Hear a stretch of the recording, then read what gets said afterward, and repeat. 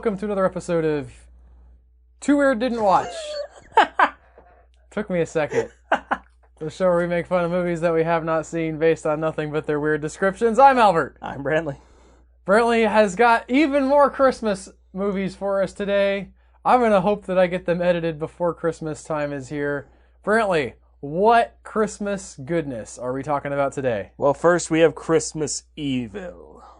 I love the pun. It's a beautiful pun. Not really a lot to glean from that. It's from 1980. The perfect time for that movie to be. Yeah. You know, it's like the sort of burgeoning era of the slasher. I assume that there will be some slashing of some kind. The only question that I have is, it's Christmas Evil. Will it take place on Christmas Eve? Or will it take place on Christmas Day? I did not get the pun until you said it just like that. Oh, I'm sorry. The whole time I'm like, what pun? Like, You said it so slowly. You're like, Christmas Evil. And I was like, oh, that was really good. No, it's for the drama. That is actually a good pun. I appreciate that. Okay. Now that I understand it. It's been a long day. I'm very slow. I'm right there with you, man. Harry loves Christmas. He really loves Christmas. Well, I'm glad that they doubled down. He loves Christmas more than anybody. Did Donald Trump write this? You're gonna love this Christmas. It's the best Christmas ever. Nobody's had a Christmas like this. His home is filled with bright holiday decorations all year round, while Christmas carols are playing on the stereo. Okay, you know what, Harry? You can have this one. I do love Christmas. I love it because it's a season, though. Santa is his role model, a symbol of all that is good and just in the world. I don't see how this could possibly go wrong. He's confusing Santa for Superman, I think. Well, Santa is basically pure altruism, right? And he is a member of the Justice League, so that's I say pure altruism, like, it's pure altruism combined with everybody do good. Mm-hmm. Which I think, that's pretty close to the best that you could do. That's fair. Harry, even works at a toy factory. Of course he does. This is where it takes a turn. Okay. He so identifies with Santa, he takes to spying on the neighborhood kids, keeping his own carefully annotated naughty and nice lists. Yeah. But when he recognizes the level of cynicism and hypocrisy among his coworkers, bosses, and the people around town at this most joyous time of the year approaches, well, he goes a little funny in the head. This guy needs to calm down. He reaches for the suit and beard and axe, determined to reward the good and punish the evil. Wait, did they just rip off the other Christmas movie where the guy dressed up as Santa and killed a bunch of people? There's like 87 of those. Okay, what was the first one, the big one? Black Christmas. Not Black Christmas. Well, maybe that one is. No, the one I'm thinking of is Santa's Sleigh, maybe? That's not the first one, that's after that, but he wears a demon and he murders people. Okay. Unless there's another movie called Santa's Sleigh. What's the one where the guy has, he impales the lady on the deer antlers? Silent Night, Deadly Night? Silent Night, Deadly Night is accurate, yes. There's like 6 of those, by the way. I'm aware. Did you know that, I think it was Mickey Rooney, made a strongly worded statement against the movie when it first came out, and then he ended up being in Silent Night, Deadly Night 5? That's amazing. Alright, but that's all we have for that movie. Okay, so this guy, they've spent a lot of time winding him up. Yeah, no, he really likes Christmas. Guys, we want you to realize Christmas. Also that he killed some people. I guess he killed them. Does it say he killed them? He gets an axe and he's going to punish the evil, but, maybe he recognizes he can't get coal, so he's, chopping out firewood for people. It's like, you get the not great, but it's going to be charcoal. He's building a charcoal There you go. Yes, he's got to make his own charcoal because it's not living in an area where coal is readily available. Yeah, no. I, as a parent, I had a moment the other week where I was like, what if I did it? What if I just gave you nothing? You just got on the naughty list this year. Well, on the naughty list, the whole point of the coal is not that it's, here's a crap thing. It's, here is a purely functional thing. You still get something, which is why socks or clothes. Oh, that's a good point. Socks are the coal of Christmas. Yeah. I knew it! I knew it the whole time! I knew there was a good reason to hate getting socks for Christmas. Well, it's because it's not a toy. And that's I was awesome. naughty. You were a bad child, yeah. Yeah. Your parents wanted you to know. But they also didn't want to be like, hey, you get nothing, because that's just sad. That is so brilliant. I never realized that until just now. All right. I feel much better about the season. Nobody gets punished, really. You don't get something that's great. great. You just don't get delightful things. All right, next we have Treevenge. Oh, boy. From 2008. Which I feel like this should be from the 80s, right? I mean, knowing that it is from 2008 is... Concerning, yes. If I was going to... If I, for instance, was to... Excuse me. If I was going to undertake the project of watching the movies that we talk about, every single one of them, this would be one that I would be like, oh boy. Not excited about that one. Treevenge depicts Christmas from the perspective of sentient Christmas trees. What? We talked about the magic Christmas tree last week. Yeah. Last time. It wasn't last week. But it talked, right? It granted wishes, and it gave them 3, so I'm assuming it talked. So, and now I'm picturing it being like the kiting tree from Charlie Brown Word of the Mouth. I wish that had made it into the movie. The Charlie Brown movie is really good. I don't think hardly anybody went to see it. I haven't seen it. It was delightful. Anyway, so sentient Christmas trees observe Christmas for people. And then what? After being hacked down and shipped to homes, they are subjected to, quote, humiliation by humans who decorated them and make them stand in their living rooms. The Christmas trees have had enough and go on to massacre and kill an entire town as part of their uprising. Man. Which makes you question how mobile these trees are. Yeah. Because even if they were mobile while in the woods, they no longer have their roots. Which is what I would assume would be how they moved, unless they just grew new ones. I don't know. I can tell you what this is reminding me of. And I can't even tell you the name of this story. But I can tell you, as a younger man, like early teens, I want to say. Mm-hmm. Probably old enough where I shouldn't have been so emotionally affected by this, but my mom had a tape of a story about a Christmas tree. And it was the tale of this Christmas tree who is cut down from the forest and he's put up in the living room and he's decked out, and it's a sentient, it's anthropomorphic Christmas tree, sort of. So he's sitting there thinking to himself, look at everybody's looking at me. I'm the star. Yeah, look how amazing I am.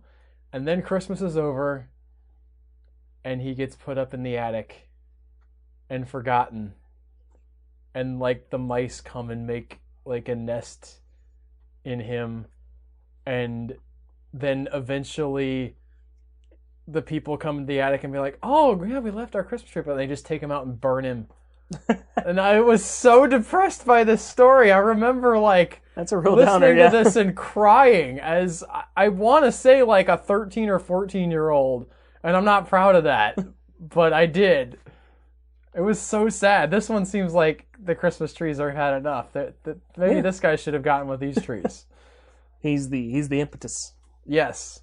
No more being burned. All right. Well, next we have El Dia de la Bestia, aka the Day of the Beast. Now this one does not sound like Christmas. No, it's from 1999. Okay. Spanish filmmaker Alex de la Iglesia followed his outlandish sci-fi debut with his colorful apocalypse fantasy about Father Angel, a scholarly priest whose intensive research into Kabbalist Bible code prophecies leads to a horrific discovery. What do you think it's going to be? Santa is real and he's coming to kill us all. The exact birth date of the Antichrist. What does this have to do with Christmas? Okay, so he discovers... what good would that do you? As a person, first off, I'm not going to get into theology of the Antichrist and whether there even could be an exact birth date or not. I don't know. Antichrist is the person in the Bible is just anybody who's not Christian. Not exactly. Being. It's a spirit. Yeah. But then in Revelation, it does seem to become embodied in a single individual. So it can be both. And the question is who. Is there somebody who's predestined to be the Antichrist? Or could they just be anybody? I mean, in all these movies, it's just But- anti-Jesus will happen. Yeah. Nega Jesus. Yeah, it has to be the most literal version. So, I'll get out of the theological weeds. I'm sorry. Convinced that Satan's spawn will be born somewhere in Madrid on Christmas Day, Father Angel embarks on a bizarre journey down the path of sin, committing the foulest possible acts against God and humanity in order to worm his way into the devil's inner circle and face the ultimate foe on his own turf. This is great. Yeah. I actually really think that that's an interesting concept where it's like, I have to sacrifice all of my Like he is a priest, morals, ordained. yes, in order to get to the place where I can do right. It's the ultimate test of, do the ends really justify the means? How far are you willing to fall? Oh, is the Twist is that the Anchorage it's him? Yeah, Oh, that's what I'm thinking. Yeah, yes. I mean his name is literally Father Angel, so he becomes a fallen angel. Oh, that's beautiful. I'm so pumped about that now. We figured it out. It's not against... I'm sorry, we probably... If this movie is any good at all, we've just spoiled it. Because any other ending would be disappointing. But now we've guessed the amazing ending that this surely has. Oh, well. All right, next up we have Better Watch Out from 2017. Okay. I feel like I'm actually more on even footing with 2017 than 2008. We were going through some stuff. Yeah. Nobody had any money, Yeah. among other things. This holiday season, you may be home, but you're not alone. Okay. And in this fresh and gleefully twisted spin on home invasion horror, because, yeah, babysitter Ashley must defend her young charges when intruders break into the house one snowy night. Or so she thinks. What? I'm assuming she goes crazy. Oh, like it's the parents just coming back home and she's like, treats them Maybe, but I was thinking more like she just has schizophrenia and just is convinced people are breaking in there, and so she's endangering the kids, convinced that people are breaking into the house. Do you think that this is actually a twist on Home Alone? I think they're more just doing that for fun in the description. Well, because they On talk about IMD the home on invasion RottennTomatoes.com. part, and it seems like that you could definitely have her doing traps and things from a setup like that. Speaking of Home Alone, the kids all watched all three main theatrical release Home Alone movies recently. So, the two Kevin McAllister ones, and then my favorite. Yeah, you like that one too. The third's the best. I think so also. I do think, I get... I don't dislike Kevin McAllister's, but Alex is a lot more likable as a character than Kevin is. Now, are they still the McAllisters? Nope. I couldn't remember, there was some weird naming I think his thing name's I Alex. thought. His name's Alex, right? In the third one? It's been a while since I watched the third one. I thought that they left it the same, but it's a different family, but it's a similar. There was some confusion with that, Yeah. but I definitely think the third one is at least as good as the rest, and I think the reason people dislike it is because they love the original that they grew up with. And There's that, and it's the beginning, the villains being these high profile and not just house burglars is the thing, and it does lead into the ridiculous that we get down the line, like the one with the smart house, which I think is the fourth one. Okay, And the fifth you one. can't would be blame that Malcolm on McDowell. number 3 though. No, but it leads into that, and there's a little bit in there with them wanting the microchip that's in the car, which is silly but great. I think that it's great that they're actually supposed to be competent, because that means when they fail, Yeah. it's actually funnier. There's the head guy, I think, he comes upon, in the early stages of the home invasion, he comes upon one of his henchmen who have been laid low by whatever the kid's name is in that one. Possibly not Kevin. I want to say it's Alex. It could be Alex. Because he has chickenpox, that's why he's home alone. Yes. Which I thought was a fun spin, by the way. Oh, yeah. Well, Because it's not just he was abandoned by the parents by mistake, it's it was on purpose, which almost makes it worse, because the mom's like, I have to go to work. she has to go to work, she's calling people, she's asking, she's trying to get people to come up, and she's like, okay, I have to go, here's all the emergency, and I think she even calls the police and lets them know that he's going to be home alone. I think She so. calls somebody, I have It to leave him still alone. feels like It's very not great parenting, but she's at least kind of trying. Yeah. I don't remember much from the dad trying, so maybe he could do something. But the main boss guy comes up and he's like, "Have you observed this line here?" And he like cuts it with his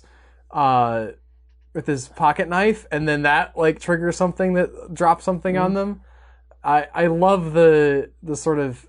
Also, there's more of them. I think there's at least 3 and possibly 4. Yeah, there's the main guy, there's 2 goons, and there's a chick.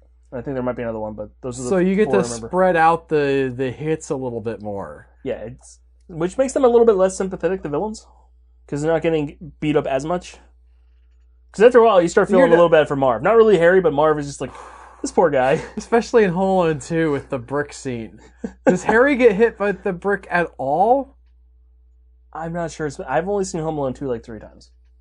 2 is I think they get better, honestly. I'm okay with the first one. Like, the first one's not a bad movie. But the second one, you add in the element of, like, industrial, busted-out house. Yeah, he takes over that dilapidated building. Yes, and all the construction equipment.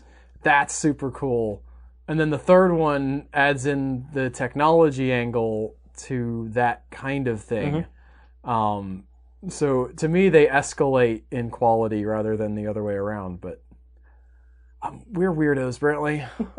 Well, that'll do it for this week, I think, folks. Thank you so much for listening. I hope you're having a lovely Christmas time. A wonderful Christmas time, one might even say. But they probably shouldn't, because that's a terrible song. I mean, I hope they're having the happiest season of all. We'll see you guys next time. Merry Christmas. Bye, guys. Bye.